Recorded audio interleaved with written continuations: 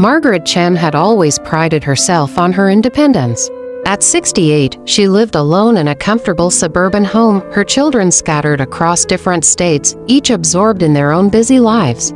She liked it that way, or so she told herself. The quiet mornings with her tea, the freedom to keep her own schedule, the satisfaction of managing everything on her own terms.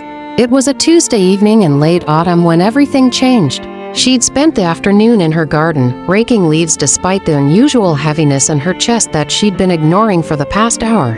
Just in digestion, she muttered to herself, thinking back to the spicy lunch she'd had. "I'm being dramatic." By 6 p.m., as the sun began to set and cast long shadows across her kitchen floor, Margaret stood at the sink washing her dinner plate when the pressure in her chest intensified. It felt like an elephant sitting on her ribcage. Her left arm began to tingle, then ache with a dull, persistent pain that radiated down to her fingertips. The plate slipped from her hand and shattered in the sink. "Oh no," she whispered, gripping the counter's edge. "This is real." In that moment, Margaret's mind raced through everything she'd ever heard about heart attacks. Her late husband had died of one 15 years ago, but he'd been at the hospital, surrounded by doctors. She was alone. Completely alone. Her nearest neighbor was elderly Mrs. Patterson, her phone was who went to charging bed in at the bedroom sunset. Upstairs, a distance that suddenly seemed impossible. The crushing pain intensified. Sweat beaded on her forehead despite the cool evening air. Nausea rolled through her stomach in waves. She felt an overwhelming sense of doom, as if her body was screaming that something was catastrophically wrong. "Think, Margaret, think," she said aloud, her voice shaky. She remembered something, a fragment of information from a health seminar she'd attended at the community center months ago. The instructor, a retired cardiologist, had said something about coughing. Or was it about aspirin? Her thoughts felt fuzzy, panic threatening to overwhelm her ability to reason. With trembling hands, she opened the drawer where she kept medications. There it was, a bottle of regular aspirin.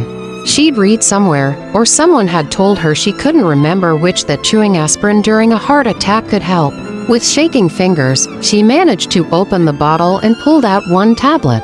She chewed it thoroughly, grimacing at the bitter taste, and swallowed. The pain hadn't lessened, but she'd done something. That small action gave her a fragment of control in a moment of terrifying helplessness. Now for the phone. The stairs loomed before her like Mount Everest. Margaret knew that exertion during a heart attack was dangerous. She'd heard that before too. But she needed that phone.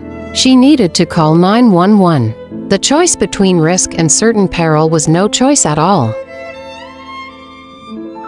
She began to climb, one slow step at a time, using the railing to pull herself up. Halfway up, another wave of pain hit her so hard she nearly collapsed. She sat down on the step, breathing slowly, trying not to panic. The fear was almost worse than the pain, the fear of dying alone, of being found days later by a concerned neighbor or one of her children who'd finally tried to call. "Not like this," she whispered fiercely. "I'm not going out like this." She forced herself to continue climbing. At the top of the stairs, she stumbled into her bedroom, grabbed her phone from the nightstand with both hands. Her left arm was nearly useless now and collapsed onto the bed. With fingers that barely cooperated, she managed to unlock her phone and dial 911. When the operator answered, Margaret's voice was weak but clear. "I'm having a heart attack. I'm alone. 428 Maple Street." The operator's calm, professional voice steadied her. "Help is on the way, Margaret. I want you to stay on the line with me. Are you sitting or lying down?" "Lying down," Margaret managed. "Good. That's very good. Did you take any aspirin?" "Yes. 1 tablet. Chewed it." "Excellent. That was the right thing to do. Can you unlock your front door for the paramedics?" Margaret's heart sank. She'd locked the deadbolt after coming in from the garden, a habit ingrained from decades of living in the city before retirement. The door seemed miles away now. I don't think I can make it back downstairs." "That's okay. We'll get in. Do you have a spare key outside?" "Under the garden gnome. By the front steps." "Perfect. I've relayed that to the paramedics. They're about 4 minutes away." "Margaret, I want you to keep breathing slowly and steadily. In through your nose, out through your mouth. Can you do that for me? Margaret focused on her breathing, following the operator's gentle guidance. Each breath felt like a small victory. She kept her phone on speaker, the operator's voice a lifeline in the terrifying solitude of her bedroom. True to the operator's word, Margaret heard sirens within minutes. The sound had never been so beautiful. She heard the front door open, they'd found the key, and heavy footsteps pounding up her stairs. In here, she called out weakly. 3 paramedics burst into her room, moving with practiced efficiency. The oldest, a woman with kind eyes and gray-streaked hair, took Margaret's hand. "Margaret, I'm Sarah. You did everything right. You're going to be okay." They worked quickly, blood pressure cuff, oxygen mask, for a line, electrocardiogram leads attached to her chest. The younger paramedic, reading the EKG, looked at his colleague with an expression Margaret recognized even through her haze of pain. This was serious. "We're taking you to Steady Joseph's," Sarah said. "They're preparing the cardiac catheterization lab right now. You're having a STEMI, a serious type of heart attack, but we caught it early because you acted fast."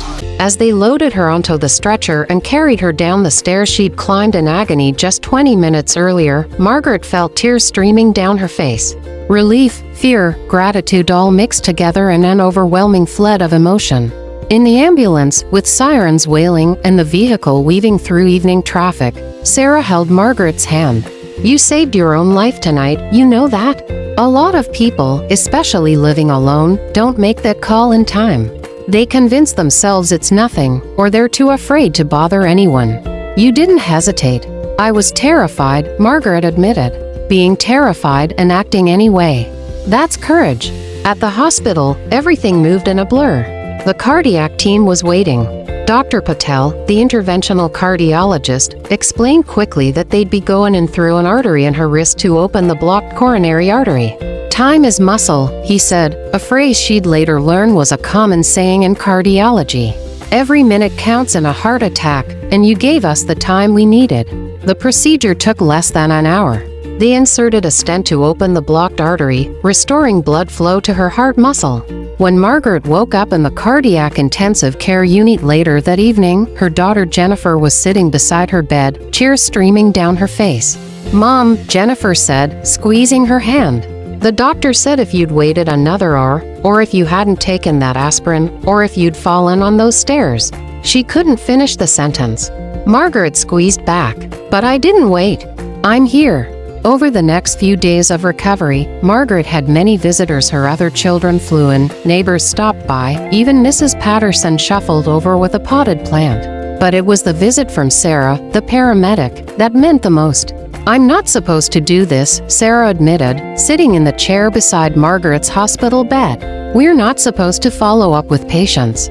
But I wanted you to know that in my 20 years doing this job, I've seen too many seniors who didn't make it because they waited too long or didn't know what to do. You're the success story I needed this week." Sarah pulled out a printed sheet of paper. "I made this for you. And I'm going to ask you to share it with everyone you know, especially people living alone." Margaret took the paper. It was titled 7 Life-Saving Tips for Surviving a Heart Attack Alone After 60. "I've learned these from years of emergency calls," Sarah explained. "Not everyone is as lucky or as smart as you were. The classic heart attack, crushing chest pain, left arm pain, that's not always how it presents in older adults, especially women," Sarah explained. "Margaret, you experienced that, but many seniors have what we call atypical symptoms. Unusual fatigue that comes on suddenly. Shortness of breath without chest pain. Nausea or indigestion that feels different from normal. Even just feeling wrong or having an overwhelming sense of doom. Trust your instincts. Your body knows when something is catastrophically wrong." Margaret nodded, remembering that sense of impending doom that had washed over her. She'd almost dismissed it as anxiety. "You did this perfectly," Sarah said. "Regular aspirin, not the coated kind, not Tylenol or ibuprofen, but actual aspirin. Keep it in multiple locations, kitchen, bedroom, even your car. If you suspect a heart attack, chew one 325 mg tablet or 481 mg baby aspirins. Chewing is crucial because it gets into your bloodstream faster. But here's the important part. Only do this if you're not allergic to aspirin and you haven't been told by your doctor to avoid it.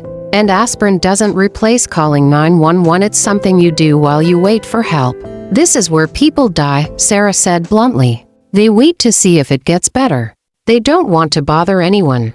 They think driving themselves to the hospital is faster. Margaret, every single one of those decisions kills people. When you call 911, treatment begins the moment we arrive. We're doing an EKG in your home, we're giving you medications, we're notifying the hospital so they're ready when we arrive. Plus, if something goes wrong on the way, if your heart rhythm becomes unstable, we have the equipment and training to save you. A neighbor driving you doesn't. Margaret shuddered, thinking about her phone charging upstairs. What if I couldn't have reached my phone? If you can't reach a phone, you get to one crawl if you have to. But this is also why I tell every senior living alone to consider a medical alert system. Those buttons can literally be the difference between life and death. They're not just for falls. You couldn't do this because you were already upstairs, but it's on the list because it matters, Sarah said. If you have any warning, even 30 seconds, unlock your front door or deadbolt, turn on porch lights if it's dark, and even open the door if you can. We had your spare key location, which was brilliant, but we've wasted precious minutes breaking down doors or searching for ways in. Every second counts in a heart attack. Panic and exertion make heart attacks worse, Sarah explained. I know it's nearly impossible not to panic when you think you're dying, but this is where practice helps.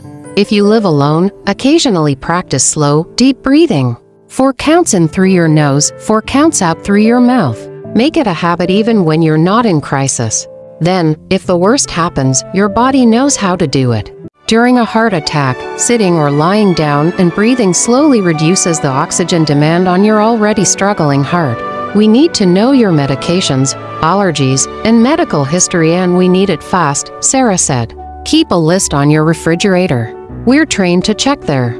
Include all medications and supplements, any allergies, previous surgeries or medical conditions, and your primary care doctor's name. In a cardiac emergency, we need to know if you're on blood thinners, have diabetes, or have kidney problems because it affects what drugs we can give you. If you have a living will or DNR order, keep that accessible too, though obviously that wasn't your situation. She paused. Also, program ICE in case of emergency contacts into your phone with that label. We found Jennifer and Robert in your phone, but we didn't know they were your children until we got you stabilized enough to ask. This is the hardest one, Sarah admitted. Especially for independent people like you, Margaret. You told me you spent over an hour convincing yourself it was just indigestion. That hour could have killed you. Denial is the enemy in a medical emergency. Yes, it might be nothing. Yes, you might feel foolish if it turns out to be heartburn. But isn't feeling foolish better than being dead? There's no prize for toughing it out. There's no shame in calling for help. The embarrassment of a false alarm is infinitely better than the alternative. Margaret listened to every word, absorbing them. She looked at the list in her hands and then at Sarah. I want to share this. I want other people to know. Good, Sarah smiled. Because you're part of a community now, the Heart Attack Survivors Club. And one of the best things survivors can do is help others prepare. 3 months later, Margaret stood in front of a group of seniors at the community center where she'd first learned about chewing aspirin. She'd recovered well from her heart attack, though her life had changed. She took medications daily, attended cardiac rehabilitation, and had made modifications to her diet and exercise routine. Her children had insisted on a medical alert pendant, which she wore religiously. But the biggest change was her sense of purpose. I'm here to tell you about the most terrifying night of my life, she began, looking at the faces of people who, like her, lived independently. And I'm here to tell you that you can survive what I survived, but only if you're prepared. She shared her story, holding nothing back. The denial, the fear, the lonely climb up those stairs, the shattering realization that help was far away. But she also shared the actions that had saved her life, the small decisions in the midst of crisis that had made all the difference. After 60, our bodies don't always give us the warning signs we expect, she told them. I was lucky I had clear symptoms. But my friend Robert had a heart attack that felt like the worst flu of his life. My neighbor Sarah, yes, different Sarah, thought she was having a panic attack. We can't rely on Hollywood heart attacks where someone clutches their chest and falls dramatically. We have to trust ourselves when something feels catastrophically wrong. She held up a laminated card she'd made, with Sarah the paramedic's 7 tips printed clearly. I've made copies for everyone here. Put this on your refrigerator. Give copies to friends. Make sure you have aspirin in your house. I checked, and 3 people in this room don't keep it on hand.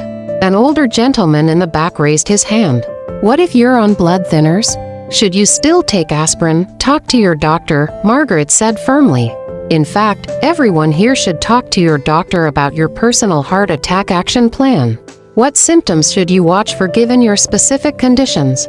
Should you take aspirin or not? What hospital should you go to?